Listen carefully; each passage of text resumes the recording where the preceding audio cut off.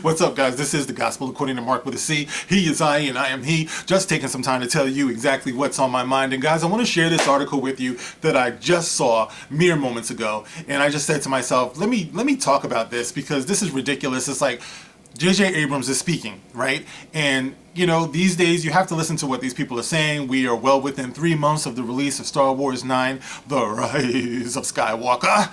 And they're doing all of these tricks and backflips and contortions and all this stuff just to get us back into the theater, when really what they should be saying is that we messed up in episode 8 and we heard you and we want to try to make things better. But no, they're not going to say that. You know what I mean? They're just going all around the world and not even addressing that. So J.J. Abrams now is saying that he would have done episode 8 differently. I think we all would have done episode 8 differently, J.J. You're not the only one. But the rest of us know exactly what was wrong, you know? It's like we've detailed what our problems were with the plot holes, with the lack of characterization, with the treatment of Luke Skywalker, the disrespect of Mark Hamill behind the scenes, you know, Carrie Fisher, you know, Mary Poppins, Rose Tico, Canto Bite, Crate. It's like, you name it. It's like there's just so much that was wrong. All right, but he's not specifying what he would have done differently. He's just saying that he would have done it differently. So let me get into this article real quick so I can share this with you guys. And this is on ScreenRant.com, and it goes on to say, J.J. Abrams would have made The Last Jedi differently than Rian Johnson. And this is by one Mr. Cooper Hood. And it goes on to say, Star Wars, The Rise of Skywalker. Director J.J. Abrams says he would have made Star Wars The Last Jedi differently than Rian Johnson. Abrams joined the Star Wars franchise several years ago to direct Star Wars The Force Awakens, which he thought was going to be his one and only movie in the Skywalker saga. So he thought he was just going to get in there, kill Han Solo, and get out, right? Oh my gosh. As a result, Lucasfilm hired Johnson to write and direct The Last Jedi and take the story JJ set up with The Force Awakens in unexpected directions. Through JJ's mystery box approach to The Force Awakens, viewers had many questions they hoped would be answered in The Last Jedi. Rey's parents, Snoke's backstory, what Luke has been doing, and who are the Knights of Ren are all pieces of the new trilogy that fans thought would be revealed and incredibly important to the ongoing story. However, Johnson subverted expectations with the quick death of Snoke, Luke becoming a hermit, the Knights of Ren nowhere to be seen, and Rey's parents said to be nobodies. Damn, that's good storytelling, isn't it? I tell you, if you didn't see that in the movies, you missed nothing.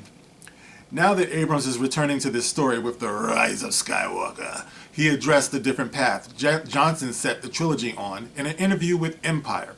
He admits that The Last Jedi story took the story in directions he would not have, but Abrams did not approach The Rise of Skywalker as though he had to fix the story.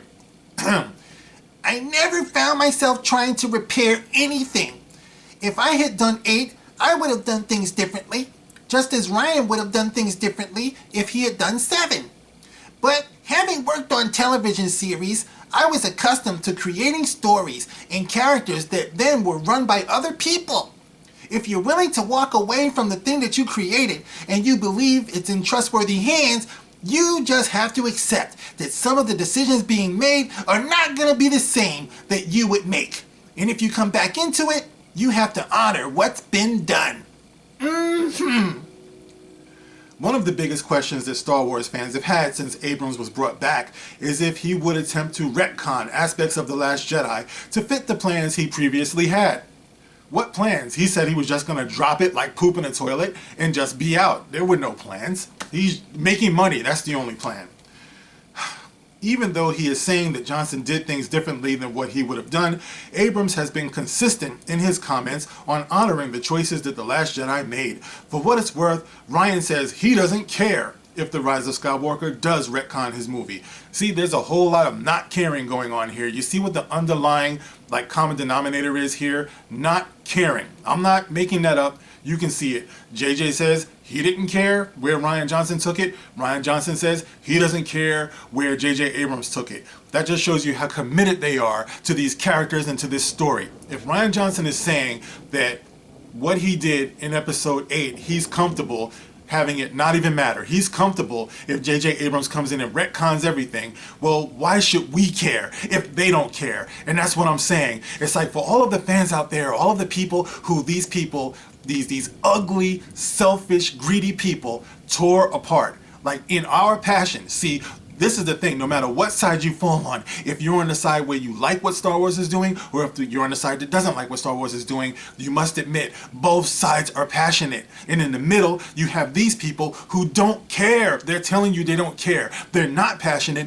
and they're tearing those of us who are passionate apart. How can this sit well with either of us? And this is what I'm talking about. We're all being played, and in the meantime, they're making billions of dollars off of us and our passions. It's not right. Even George Lucas got freaking taken in all of this. Mark Hamill got humiliated. Carrie Fisher spent the last years of her life investing into this, thinking that it was going to be bigger than what it was. Even Harrison Ford came back. Yes, he came back to die, but still, you can't tell me that he was just happy just to have his character just die. You know what I mean? I'm sure he would have liked it to have been different than that. Of course, Harrison Ford is too much of a professional to say this, but listen, these are iconic characters, and they all deserve better than what they got. Okay. At the end of the day, the matter of Abrams and Johnson having different ideas on what direction the Skywalker saga should go is in the byproduct of Lucasfilm's planning, or lack thereof, on the new trilogy. They allowed JJ to tell his story and walk away, while Ryan was then given the freedom to do whatever he thought was best. Even before JJ took over episode 9, it did not appear as though the overall story for the trilogy was mapped out. The good news is that nothing in The Last Jedi contradicts The Force Awakens. I beg to differ. But we all know, the story about that. It's all trash, as it turns out. So, this is no episode at all, to the original so-called Skywalker saga. This has nothing to do with anything. The story of Luke, Han, and Leia in the movies could have well ended with episode 6. That's just a fact. Anything else is just, it's a made-up story. And, like I said, the bottom line you can tell is just in these people just raping the characters and making as much money off of it as possible. That's all it really is. And by now, everything that we see, it seems like these stories are coming out every day, and it just proves more and more that the Fandom Menace is on the right side of this whole thing. Let's see. Abrams may have made some different choices if he had directed Star Wars The Last Jedi, but that only makes how he's going to continue the story all the more intriguing. And I know some people believe that. There are some people out there who just really want to see how it all ends, and, they can't help it. They want to, just be, I guess, taken. They just want to go, and, and that's fine. It's like, I think we all have to learn how to respect our differences. For me, and I've said it millions of times by now, Disney is not going to get one more penny out of me for what they did, because what they did is commit a crime for all of eternity by going back into Star Wars, the property that so many people love. I don't care how old or how young you are, Star Wars is timeless. All right, so for people who are trying to act like it's only like old people, who are complaining about it, in the other room, I have my 11-year-old son who loved Star Wars, the originals, the prequels. He was there, trying to love the sequels, and after The Last Jedi, he was completely turned off. So that narrative that that they have, that it's just a specific age, it's just a specific race, a specific gender, it's all bullshit, man. You know what I mean? So there you have it, guys. I just wanted to share that with you. J.J. Abrams says he would have done things differently, but he doesn't specify what he would have done differently. They don't want to commit to the idea that they misstepped, with episode 8 or episode 7 for that matter. So, I just feel like until they do that, until they own up to what they did, until they acknowledge that the criticisms of the fans are valid and should be addressed, there's no point in dealing with it, because they're not learning from it, and any changes that they make, some people are saying that, oh, it looks like they're on the right path now, but if they don't address the people who have been, like taking a beating, in the way of Star Wars, trying to bring back the, you know, just the integrity of it, it's all rings hollow, you know. So like I said, guys, you tell me what you think. You know, what do you think about JJ saying that he would have done things differently?